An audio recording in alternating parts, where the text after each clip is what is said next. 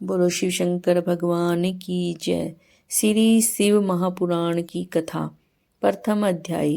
श्री शौनक जी ने पूछा कि हे सूत जी, ज्ञान और वैराग्य के सहित भक्ति से प्राप्त होने वाली विवेक बुद्धि कैसे होती है? साधु पुरुष किस काम क्रोध आदि विकारों का निवारण करते हैं? कलयुग में जीव असुर स्वभाव के हो गए हैं, उन्हें शुद्ध बनाने का उपाय क्या है? आप मुझे कोई ऐसा साधन बताइए जो कल्याणकारी वस्तुओं में श्रेष्ठ हो, जिसके करने से शीघ्र ही अंतःकरण की शुद्धि हो जावे तथा निर्मल पुरुष को सदा के लिए शिवजी की प्राप्ति हो जावे। श्री सूत जी बोले कि हे व्यास जी, आप ऋषि वृंद धन्य हो, आप में कथा सुनने की उत्सुकता है तो सुनिए। मैं एक अति उत्तम शास्त्र का वर्णन करता हूँ। यह शास्त्र भक्ति उत्पन्न करने वाला, शिवजी को प्रसन्न करने वाला, काल रूपी सर्प का नाश करने वाला है। सर्वप्रथम इस शास्त्र को शिवजी ने अपने श्रीमुख से श्री सनत कुमार जी से कहा था, इसीलिए इसका नाम शिव महापुराण है। श्री सनत कुमार जी ने महर्षि वेद व्यास से इस शास्त्र का वर्णन किया। व्यास जी ने लोक कल्याणार्थ इसे संक्षेप में कहा। इस शास्त्र के श्रवण, पठन एवं मनन करने से कलयुगी जीवों का मन शुद्ध होता है और अंत में शिवपद प्राप्त करते हैं। इसके श्रवण मात्र से प्राणी को भुक्ति, मुक्ति तथा राष्ट्रीय यज्ञों का फल प्राप्त हो जाता है। इसके श्रोता गण शिव रूप होते हैं। इसके श्रोता गणों की चरण रज तीर्थ स्वरूप है। यदि श्रवण को समय नहीं मिलता तो 2 ही घड़ी बैठकर सुने। यदि प्रतिदिन न सुन सके तो पवित्र महीनों में श्रवण करे। चाहे एक मुहूर्त अथवा आधा क्षण ही सही, इस पुराण को अवश्य श्रवण करें। इसी से दुर्गति नाश होती है, श्रोता संसार के कर्म बंधन को पार कर जाता है। हे महर्षियों, सर्व प्रकार के दान एवं यज्ञों के करने से जिस फल की प्राप्ति होती है, वह फल इसके श्रोताओं को स्वयं ही प्राप्त हो जाता है। इसका श्रवण शिव नाम कीर्तन कल्प वृक्ष के समान फलदायक है। धर्माचरण त्यागने वाले दुर्बुद्धियों के लिए तो यह शिव महापुराण अमृत रूप ही है, लेकिन अमृत से तो केवल पीने वाला ही अमर हो जाता है।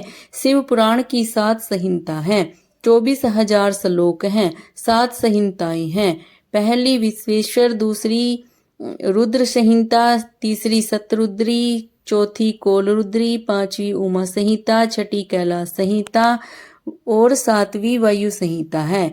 यह 7 संहिता वाला शिव पुराण परम दिव्य है, सर्वोपरि ब्रह्मा तुल्य है, शुभ गति देने वाला है। इन 7 संहिता वाले शिव पुराण को जो पढ़ लेता है अथवा इस पुराण का पठन पाठन अथवा मनुष्य इस पुराण का पठन पाठन नहीं करता, तब तक वह इस संसार में अज्ञानवश घूमता रहता है। जिस घर में इस पुराण की कथा होती है वह घर तीर्थ तुल्य है और उस घर के मनुष्यों के पाप नष्ट हो जाते हैं। सहस्त्रों अश्वमेघ एवं सैकड़ों वाजपेयी यज्ञ इस शिव पुराण को 16वीं कला के बराबर भी नहीं है। पाप करने वाला तभी तक पापी कहलाता है जब तक कि उसने भक्ति पूर्वक शिव पुराण कथा नहीं पढ़ा या सुना। गंगा आदि पवित्र नदियां, सातोपुरी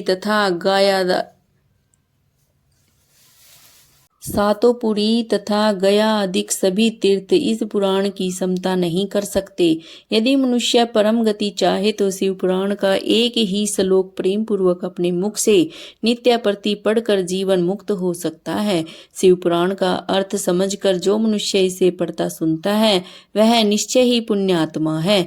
अंत समय में जो इसका श्रवण करता है उसे शिवजी अपना पद देते हैं। इस शिव पुराण का जो प्रतिदिन श्रद्धा पूर्वक पूजन करता है वह इस लोक के उत्तम सुखों को भोग कर अंत में शिव पद प्राप्त करता है। इस शिव पुराण का रेशमी वस्त्र से सत्कार करें तो वह सदा सुखी रहता है। शिव पुराण शिवजी को सर्वप्रिय है। यह धर्म, अर्थ, काम, मोक्ष को देने वाला है।